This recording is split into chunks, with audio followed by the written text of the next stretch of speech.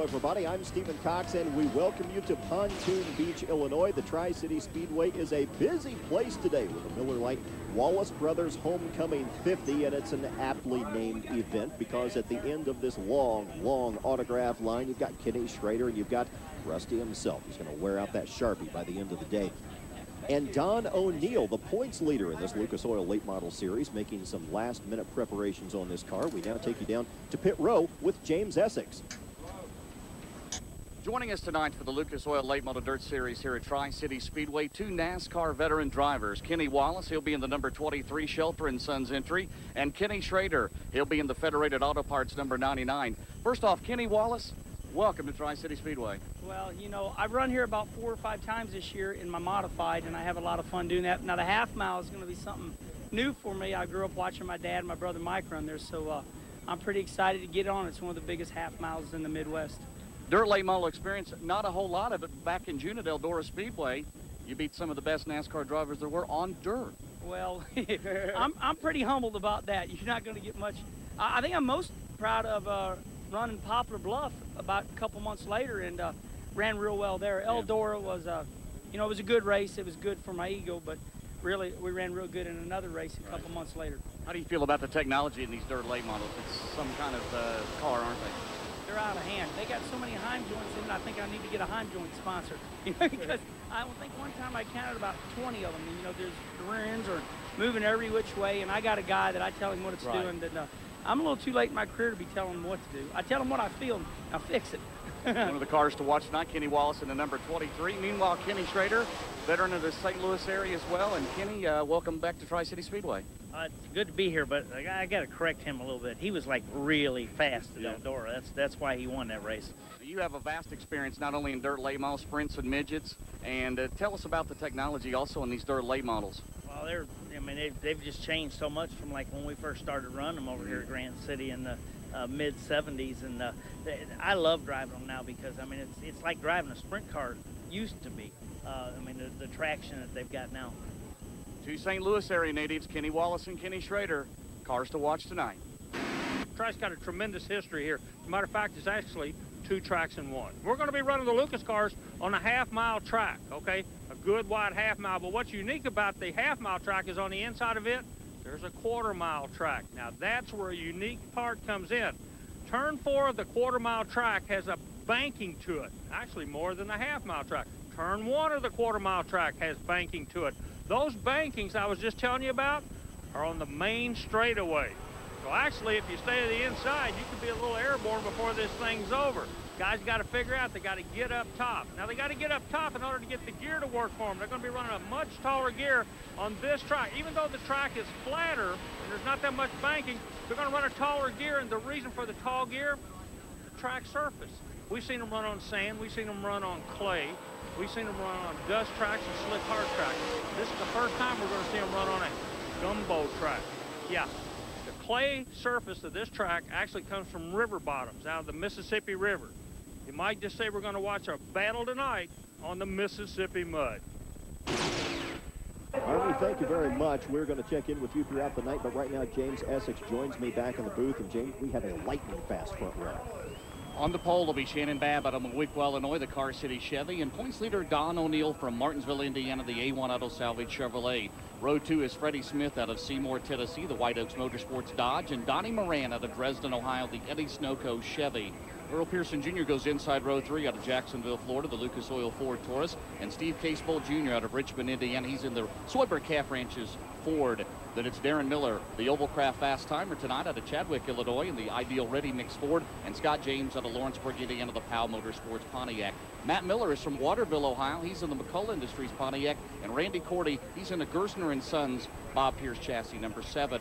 Then it's Brian Burkhofer out of Muscatine, Iowa, the J&J Steel Chevy, and Brian Shirley out of Chatham, Illinois, the Petroff Towing Chevrolet. Row 7 is current Tri-City points leader Steve Shepard Jr. out of New Berlin, Illinois, and it's Tim Dome. He's out of Cross Lanes, West Virginia. Brady Smith is from Solon Springs, Wisconsin, the Amsoil Chevrolet. And Kenny Schrader, he's in the Federated Auto Parts Chevrolet. Row 9 will be Jason Frankel out of Quincy, Illinois, the Extreme Pro Engines Pontiac. And Whitney McCreary out of Dunville, Kentucky, the Big Dog Motorsports Pontiac.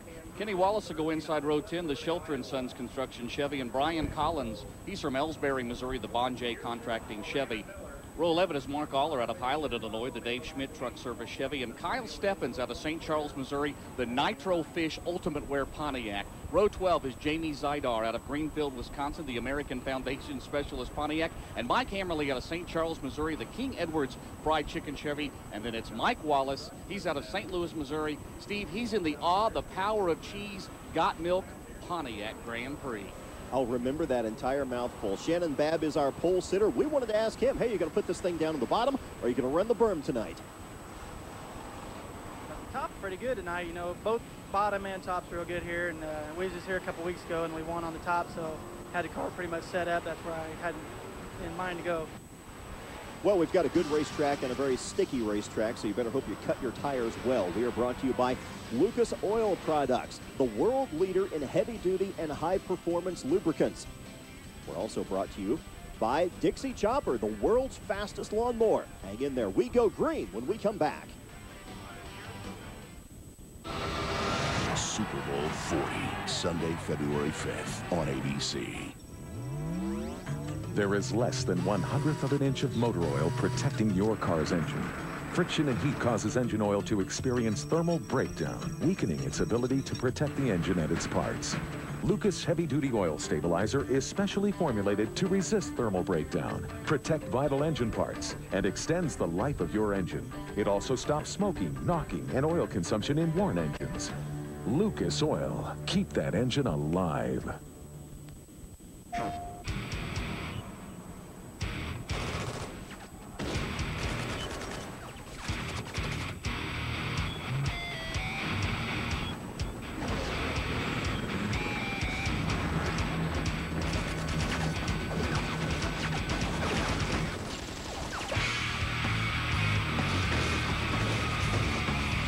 SOCOM 3, rated M for mature.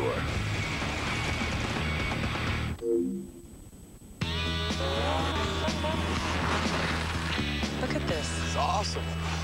And I love being a trader. Living for the moment, baby. Is that all we're about? I mean, I love being a trader, but I also have an investing side. Like, I want to open a B&B. B&B? Time to embrace your investing side. At Ameritrade, you'll find products and services to help you plan and invest for your goals. I have been thinking about opening a dance school. Let's see some moves. Open your IRA today and get 15 free trades plus Microsoft Money 2006 standard. Welcome back to Pontoon Beach, Illinois with the Miller Lite Wallace Brothers Homecoming 50. We're looking at the front row. Shannon Babb on the inside, Don O'Neill on the outside. The green flag waves, and James Essex. Shannon said he wanted his choice of top or bottom, and he's got it. Shannon Babb heads into this race over a 27-race period in the Summer Nationals. 15 victories as he dominated that in June and July. And tonight, two of the winningest late model drivers in the country on the front row, Babb and O'Neill, and Babb has the good start. I'll tell you, I don't care how many races you've won in this or any other series. When you look in your rearview mirror and see that yellow machine of Don O'Neill, something's got to go through your head. Well, Don O'Neill comes into this race, the current Lucas Oil Late Model Dirt Series points leader. 7 wins, far and away more than anyone on the circuit this year. But 14 different winners in the first 24 races, Steve. And Shannon Babb, last year's NARA champion, looking for his first Lucas Oil win. And you're watching the race for second place right now. Shannon has pulled out about a 10-car length lead as he has now left the bottom of the racetrack and has parked that right rear wheel up high on the berm.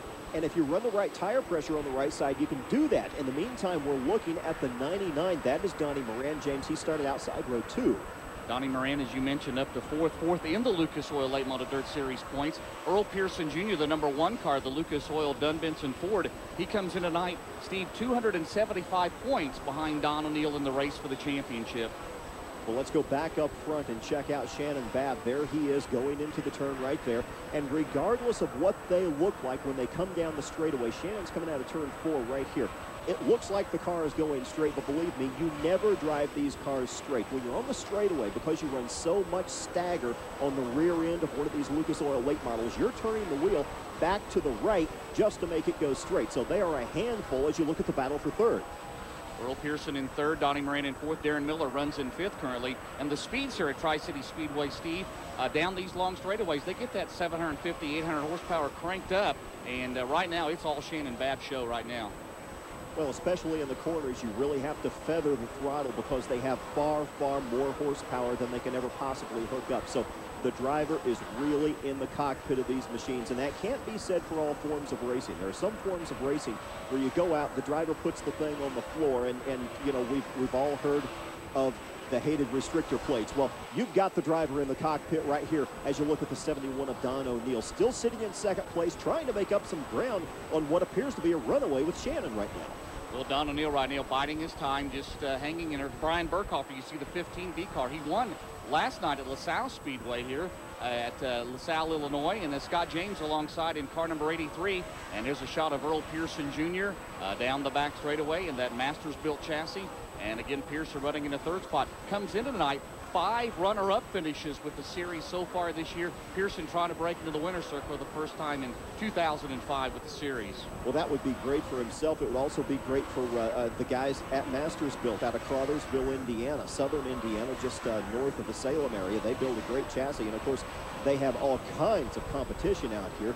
Don O'Neill still trying to make up ground on your leader and your pole sitter, Shannon Babb, who has not looked back so far. Steve, as Army mentioned earlier in our broadcast, they run here on the half mile for their special events, and they have the quarter mile on the inside that's used for their regular Sunday night shows. Now, the Gundaker family, who took over this fine facility this year, they're making plans to eliminate the half mile and quarter mile and building a 3/8 mile. That's on the drawing board. And the amazing thing about these Lucas Oil late models is the fact that they can run them all. The quarter mile, third mile, you take these out on 1 mile tracks, and they run very, very well. They put on a fantastic show on the big tracks and even on these little tight bull rings, and you got a sense of the speed there. Down the straightaway during our speed shot, you saw dirt just flying up everywhere right in front of the camera. Upwards of 100 miles an hour. You see the huge crowd that we have on hand here tonight, Steve, at Tri City Speedway. We mentioned the Wallace brothers homecoming. Rusty Wallace, you saw him signing autographs earlier. He had a previous engagement. He had to fly out of here tonight, but Mike and Kenny, his brothers, are racing, and their dad, Russ Wallace, a longtime driver here back in the 1960s when this track first opened in, let's say, 61 was the first year I believe it was open. He won several features and was a former track champion here, and he was honored before the race started tonight. We have a few laps under our belts. We have Shannon Babb leading this race. Don O'Neill still in second place, and a dogfight for third, fourth, and fifth. As you look at the 18 of Shannon trying to work his way through traffic. Now, if you don't have traffic to contend with, if you're working your way through the pack, what's on your mind as a driver right now? Well, first of all, you're trying to relax. You tell yourself to breathe. You make sure that your tear-offs are not covered with dirt. You get them out of your face if they are. Secondly, you want to try to relax your forearms, because at this point in time, if you're a nervous driver, your forearms, mainly just below the elbow, start to get a little bit tired. And secondly, and rather thirdly, you want to start looking where your car works best on the racetrack, because the racetrack is constantly changing. They'll come out with the water trucks, soak the racetrack at the beginning of the day, but the conditions will dry out, and you have to find where your car is going to get the best bite, and we saw Shannon do that. He started on the top, then he went down to the bottom. And right now you see Don O'Neill has closed the gap down on Shannon Babb as they moved into traffic. They moved around the 8 of Kyle Steffens, and right now they're behind the 77, Mike Wallace, guest driving that car. Mike, a longtime competitor here back in the late 70s throughout the mid 80s here in late model racing, former track champion here, but now driving the Lucas Oil NASCAR Nextel Cup Chevrolet. But right now in traffic, Shannon Babb and Don O'Neill putting on a show for this large crowd on hand here tonight. Well, and traffic has slowed Shannon down just a touch. Look at Don O'Neill cut under some lap traffic right there. A few moments ago, we saw 15, 16 car lengths between them, so Don is really biting into this lead. And when you have a car that worked extremely well on, for instance, the top side, all the way up on the berm where we just saw Shannon go moments ago, and suddenly you see lap traffic in that very same lane, well, you have to drop down to the bottom. Your car doesn't like the bottom as well. You don't get the bite off the corners, and your lap times drop accordingly. That's exactly what happened to Shannon moments ago when he had to change lanes. Don O'Neill closed right up. And Earl Pearson has closed up on O'Neill in that race. The first 3 spots, Babb, O'Neill, and Pearson. Donnie Moran still running in 4th. 5th is Darren Miller. And Pearson has come to 5th. He's passed 2 cars on his way to 3rd. And you see Babb going around Kenny Schrader. Yeah, keep an eye on Pearson because he has been passing both high and low. Most of the time we see Shannon go high when he has the opportunity to do so. Pearson's car's working everywhere. Well, Shannon Babb and his C.J. Rayburn chassis. And Steve, Don O'Neill, and Earl Pearson Jr. both driving Masters-built chassis. So tell us a little bit about the setup maybe that's different on both of those race cars. Well, it's critical that the driver understand and his crew be able to work with the chassis. And if you're talking with the guys out in Crawlersville, Indiana with Masters Built, I know Rayburn does the same thing. They want to work with their teams, and they'll give them notes, and they'll try to help them with their setup because it does them no good to have their chassis running in last place. Shannon Babb now closing behind Kentucky driver Whitney McQuarrie now. The Big Dog Motorsports Tartar Gate rocket chassis as they come out of turn 4. And O'Neill about 2 car lengths, make it a length and a half now at the start-finish line as they into turn number 1. 20 laps in the book, Steve. And Shannon Babb has been forced to the low side yet again, and here comes Don O'Neill. If that doesn't tell you where his car is working, then nothing else will. Don has really closed the gap, and just outside of this picture, keep an eye on Earl Pearson. He has worked his way from 5th, past 4th, into 3rd place now. He is still in this game. As we click off another lap into turn number 1, Babb around Brady Smith. Now Shannon is going to drift up top 2. Look out up against the berm, and O'Neill will gain a couple of car lengths on him, Steve. Well, Babb tried to drift that to the outside of turn number 2 and regain that outside spot that his car runs so well in, and it just didn't work for him. So he lost a couple of car lengths. O'Neill is definitely in this game now, and I believe we're going to have some slow traffic. Is that Scott James? Scott James slows our first caution of the race with 22 laps in the book, Steve. Our first caution of the race, but look at the hand of Shannon Babb right there out the window. That's the second time he's waved. He has a problem. Our pole sitter may not make it to the end of this show. He goes into turn 4, and he is going to pull off the racetrack at Tri City Speedway. Welcome back to Tri City Speedway. Army Armstrong working the pits. In fact, we caught him in the stands earlier today talking with none other than Forrest Lucas. Hey guys, you got to talk some hero drivers. Hey, look who I ran across, the man himself, Forrest Lucas, sitting up in the seats with the fans. Forrest, what do you think about this dirt racing? Well, you know I love dirt racing. Everybody knows I like dirt racing. I like about all kinds of racing, but this is one of the best, you know, some races are best watched on television, some best watched live. Dirt racing is something you definitely got to go see for yourself. You got to actually feel it, don't you? Hey, listen, we want to thank Lucas for coming on, getting involved in this series. You're bringing a whole lot of credibility to the series and some great racing, isn't it? Well, yes, it is great racing. I appreciate what you said there about the credibility.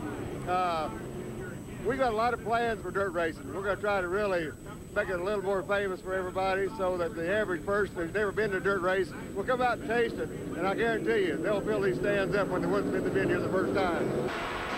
Well, Forrest is going to have a big smile on his face when he realizes that his boy, Earl Pearson Jr., is now moving up to 2nd place behind Don O'Neill.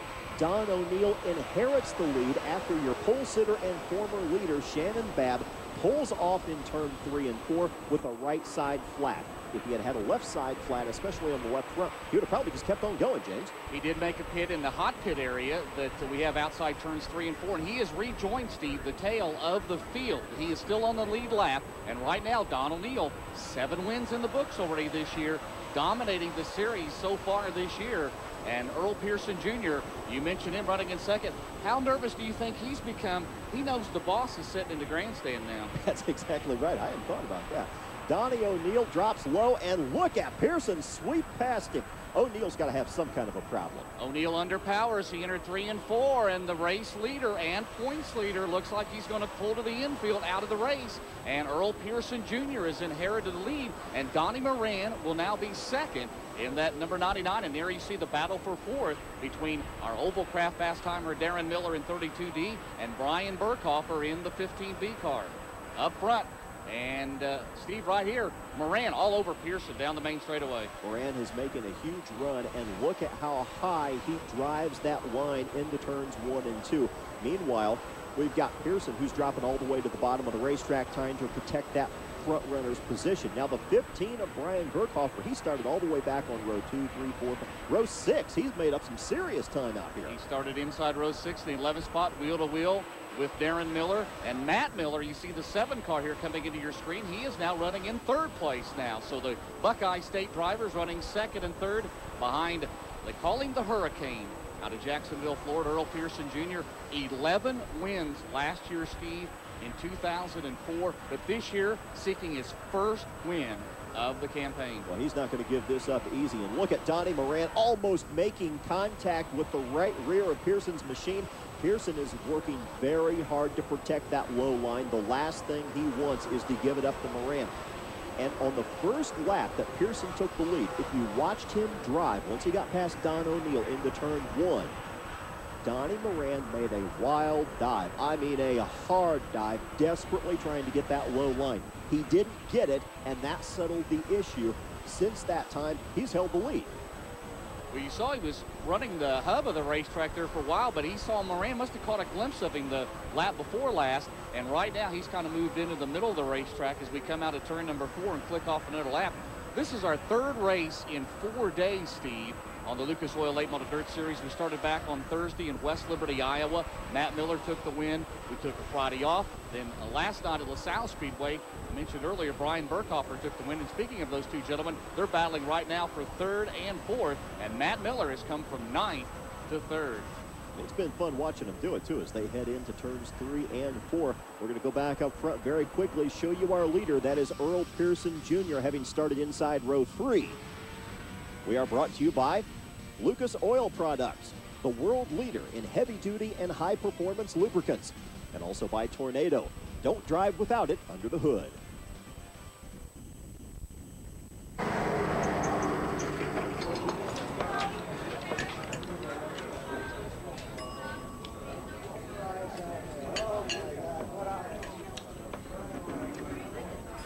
So Mike Ditka called you a bedwetting mama's boy. It was great radio. Pass salt.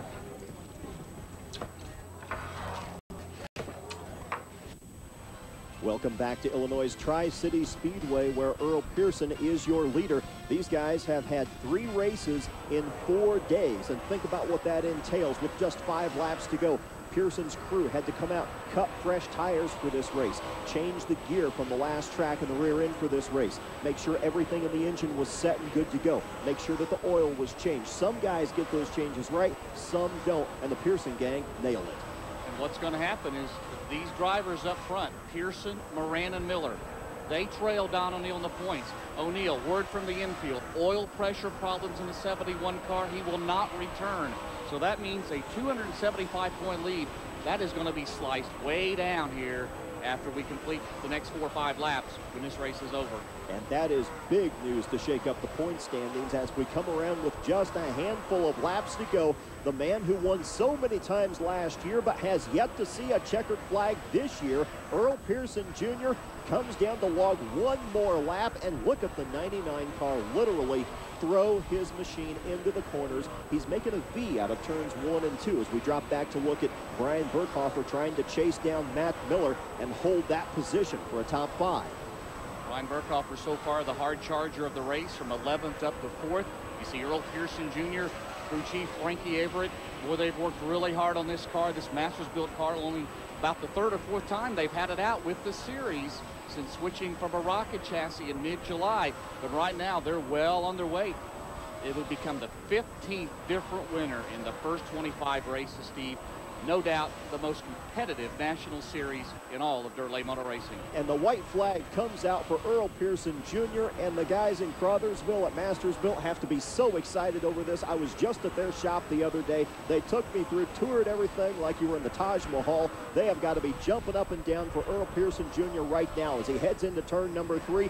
1 more turn to go to hold off Donnie Moran. He throws that Mastersville sideways. The checkered flag is out and it waves for the first time for Earl Pearson. Donnie Moran will finish in 2nd. Matt Miller crosses the line in 3rd. Then Brian Burkhofer from 11th. Darren Miller 5th. And Shannon Babb worked his way back from the tail to 6th, Steve. Forrest Lucas comes over to congratulate him himself. This is kind of it's a sweet story. Come on down here real quick. This has got to be super sweet for you after all these second-place finishes to come up and to really drill one. The crew never gave up the whole year, did they? Oh, I'll tell you what, my crew's been working awful hard. This Lucas Oil team don't ever quit. We just got this master-built race car about a month ago. We've been working on it, had a couple top 2 finishes, and this has been a long time waiting for this win this year. Maybe we done broke the ice and we can go on from here. And I tell you what, this is special because we got Forrest Lucas and all the Lucas Oil people here, and they're great to me, and they're great to the sport, and everything they're doing for this series is unreal, and I'm just proud to be here. Well, we're proud to have you representing our sport. Enjoy! Did you notice that he's barely broken a sweat? You know what that means? That means he did not have to ride a bucking bull all night long trying to manhandle that race car. It was handling well for him. Congratulations to Earl. And for James Essex and Army Armstrong, I'm Stephen Cox. Thanks for joining us. This has been a presentation of ESPN, the worldwide leader in sports.